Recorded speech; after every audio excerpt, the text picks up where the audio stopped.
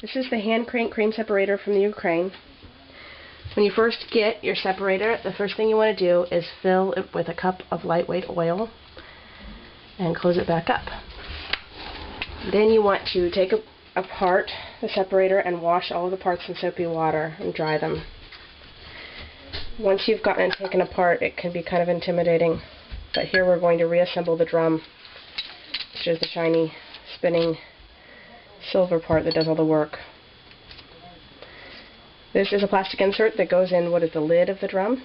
It lines up with a little slot, and that is the set screw for adjusting how much cream to milk you'd like. We keep ours flush so that it can come in and out easily, and it happens to work out perfectly for Jersey cow's milk. The tool adjusts the set screw. Here are the cones that go in the drum. There are 11 of them, and they alternate in type.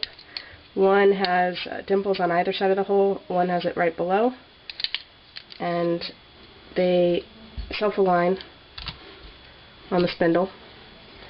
He's putting the gasket on the spindle, and then he'll put the cones on.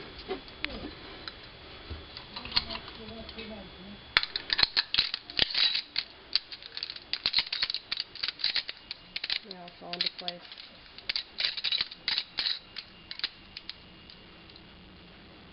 The lid goes on the top, and there's a nut, screws on, and the same tool tightens it. It needs to be quite tight. Here the assembled drum just sits on top. It spins. Next are the spouts. The one for milk has a larger hole. Sits right on top, and you turn it towards whatever bowl you're collecting your milk in. The cream turns towards your jar or bowl for cream. There is a funnel, sits right on top. There's a little slot that aligns with the spout. Right there. And there's a float. Float's very important. And then the hopper sits right on top. The hopper has a valve and a notch.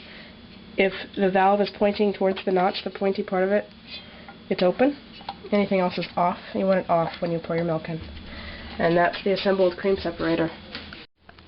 Okay, there's a couple things that can go wrong, or that are easily go wrong with your cream separator. And one of them is that if you fill your milk too slowly and let it sit here, this valve has a tendency just to drip just a little bit. And it can fill the drum up and overload the system by the time you actually start to crank it. So one remedy is to set it over a separate bowl and fill it up, and then once you're ready to get things going, you assemble it, and you pretend this is full of milk. You move your full milk over on top, and then you start cranking. And the other thing that can cause problems is if your drum is not tight enough,